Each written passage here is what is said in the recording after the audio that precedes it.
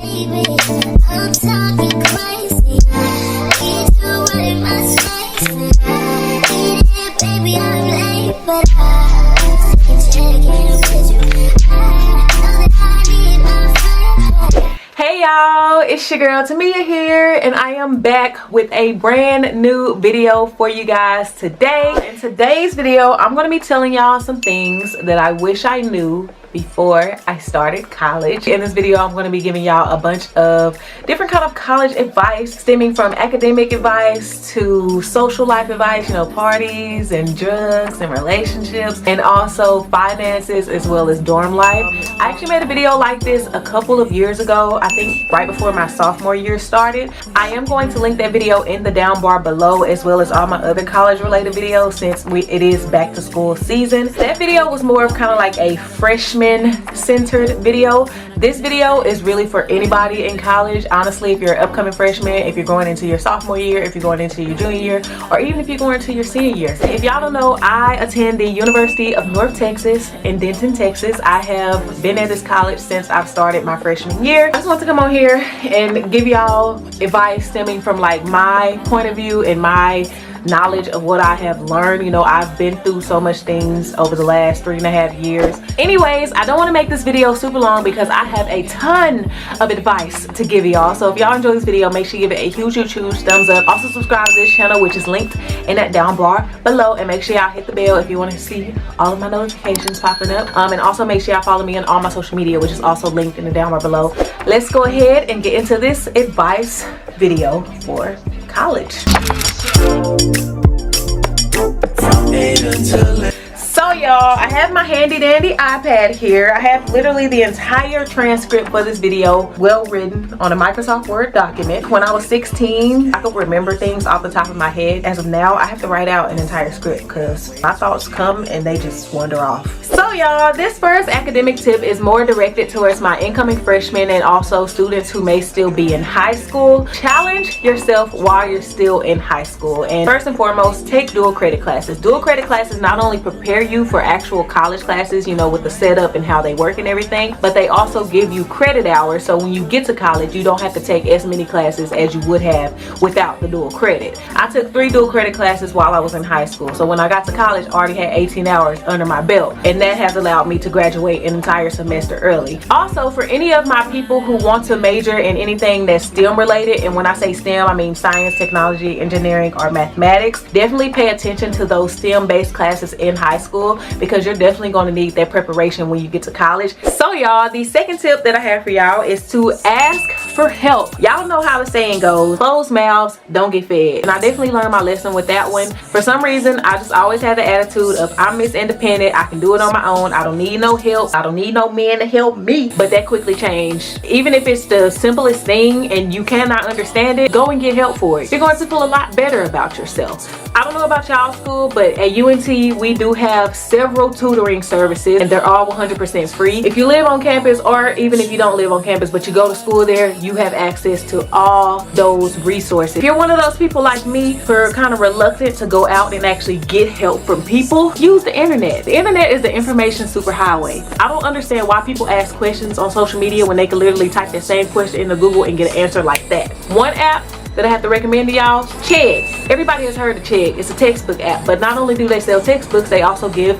really good homework help. The app does cost like $20 a month, and I think you can pay like an annual fee for it, but honestly that $20 is 100% worth it. Also, you have Quizlet. Quizlet is 100% free. You can also pay for Quizlet Plus as well, but honestly I don't think Quizlet Plus is really worth it. And the last app that I have to recommend to y'all is the one we're on, YouTube. YouTube helped me so much my freshman year. It still helps me to this day to study for my MCAT. For all of my STEM students, I do have some channels to recommend for y'all, so I gotta pull up my iPad because I can't remember all of them. The first one is Lee for Sci. She makes really good videos over chemistry. Melissa Maribel, without her I would not have passed general chemistry my freshman year. Professor Dave, he has so many videos over physics, chemistry, organic chemistry, the organic chemistry tutor, and then also the Amoeba sisters. They help me so much with biology topics. So y'all, the next tip that I have for y'all is to apply for scholarships as well as grants. No one wants to pay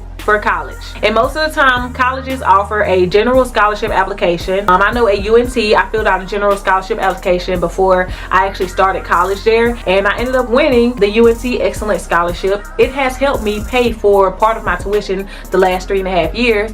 Not only do colleges offer the general scholarship application, there are also so many resources that you can look up on the internet. For me personally, a lot of the scholarships that I apply for online, I usually go in and filter them. I would usually type in the search bar scholarships for young black women in STEM or predominantly African American women in STEM, mainly because I know that if I apply to those specific scholarships, I have a better chance of winning, because obviously I'm a young black woman. I study a STEM major. I have won a few scholarships through the internet that have been based off of those certain criteria. By the way, I will link a few of the scholarships that I have applied for in the down bar below. The next tip that I have for y'all is to try to ignore people who make you feel insecure about your major or even just going to college. For all of my people out there who look like me, and y'all know what I mean, there are going to be times where people try to make you feel like you're not good enough to be where you are. Ignore them, mother. At the end of the day, for those of us who want to go to college and better ourselves, this is our opportunity to show people what we can do. You know, never let nobody make you feel less than because of where you came from or because of the color of your skin. Professors are different than high school teachers. You know, when we were in high school, the teachers would teach us a certain concept or topic and they'll go over it like 1,000,000 times. In college, that changes. Now, when you go to class in college, the professors will literally go over the concept one time, maybe show you 2 examples. The rest of the learning is completely up to you. Attendance is usually not mandatory, but you need to get up and go to class. Most professors do not make their classes mandatory, and they usually do that because they know that we're adults now. Accidents happen, stuff happens, but that doesn't necessarily mean that you shouldn't go, especially when you have the ability to get up and go. The next tip that I have for you is to maximize your studying and preparation for class. What I would do before I go to class is I always read like a chapter, and that really just prepares me for what I'm going to go to class and learn. Maximize your studying. Make sure you're using as much of your free time to study as possible. Not all of your free time, but as much of it as you can possibly squeeze in there. If you have 3 or 4 hours in a day extra, use at least 2 of those hours to study over really hard topics, really hard things that you can't necessarily grasp. Even if you do know the material, go over it some more so you can ace that exam. Bring enough clothes to where you don't have to necessarily do laundry for a good week to a week and a half or maybe even 2 weeks. When I lived in Joe Green Hall my freshman year, we did have a big laundry room on the first floor, and honestly it really wasn't a problem until it became a problem. Instances where certain days everybody wanted to wash for some reason, I would always pick like a random day of the week to do my laundry. So I would usually do it on like a Wednesday morning, and I'll be able to complete all my laundry at once. You know, I can use as many washers and dryers as I wanted to. So another laundry tip that I have for y'all is to empty the washer and dryer right away, especially if you have community laundry. This was a mistake that a lot of people used to make. They would always start to wash their clothes, but they wouldn't come back to get them until hours later, and it would make people upset because nobody wants to take the clothes out of the washer or dryer for you. Definitely empty the washer and dryer right away. Try to set a timer. Buy flip-flops for community showers. This is a mistake that I've seen a lot of people make. My freshman year, I've seen people get really bad toe infections, like fungal infections on their feet, and it's just disgusting. Go to Dollar Tree, get you a few pairs of flip-flops and wear them while you're in the shower. Pack only what you absolutely need. This will help, especially when it's time to move in and to move out. So obviously school starts usually around August, September. At that point in time, you won't need big old puffer and winter jackets. Obviously you're not going to need them at that time. So if you do live close to home, frequently make trips back, you know, back and forth from home to school. You know, what I used to do is I would take all my summer clothes back and then pick up all of my winter clothes and bring them back to campus with me, and that just made it a lot easier, you know, with the whole moving in and moving out process. I'm outside in an AMG, right outside. Take advantage of school events. This is a really good way to get friends and make new friends. It's a way for you to get to know your school and kind of like more of your traditions and things like that. UNT, they always have some kind of school event going on, so there's always an opportunity to go out and meet people. This is something that I've been working on the last 3.5 years I've been at school. I have been out and been to a few events, but you know, I'm kind of more of an antisocial person, but I would say I have been a lot more social in college than I thought I would have been. This next social tip kind of piggybacks off the last one, but it is to join extracurricular activities. Joining clubs and organizations can really help you make more friends, and also it can help you network, especially if you want to be on like the executive board, you know, become president, vice president. Live with random roommates. I don't recommend y'all live with somebody that you have known in high school or even just in life before college. The best relationships are formed with people that we don't know. My best friend of all college time, her name is Debbie. She actually lived in the same dorm as me my freshman year. We weren't roommates, but we were suite mates, so we lived like right around the corner from each other on the same hall. We used to go to parties, and we also ended up moving into an apartment together my sophomore year, and we lived in the apartment the last 2 years. You end up finding out how people really are when you move with them and you've known them for a good portion of your life. But yeah, I just recommend that y'all do not live with people that you know. Try to live with somebody random, because you might create a friendship that lasts forever. So the first tip I have about parties is do not drink if you are underage. And if you're going to drink, by the way, I am not in no way, shape, or form encouraging underage drinking. Please do it at your own discretion and try to be as discreet as possible. In the United States, drinking under 21 is illegal. And if you do get caught drunk under the age of 21 or with any liquor products, you will get a ticket. I can speak from experience. It hasn't happened to me, but I have seen it happen to 2 very close friends, so I know it is 100% true. Next, look after your friends while you're at parties. Y'all, this is the most important thing. Anything can go down at a party, especially if you and your friends are under the influence. Somebody can get pulled off to the side. They can walk off with a random person. So it's always good to stick with your friends. When me and my friends used to go to parties, we used to always go in groups of 3 to 5. It was always good that way. You know, we were always able to stay in our group. We would dance around each other.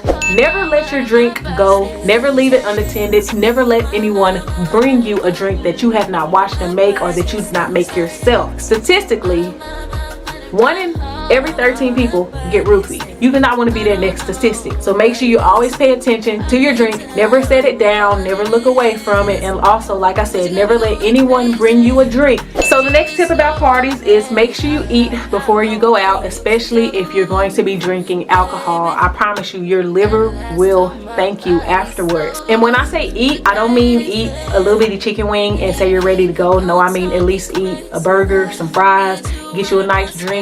Always be aware of your surroundings. This is very important, especially in today's day and time with all these active shootings and stuff that's going on. Always make sure y'all paying attention to what is going on. If you see a fight break out, do not stay there to watch the fight. Immediately leave. From personal experience, every time a fight has broken out at a party, literally 2 seconds later you hear gunshots popping. So like I said, always make sure you're always aware of your surroundings. Just make sure you pay attention, especially if you and your friends have been drinking, if y'all are under the influence or anything like that.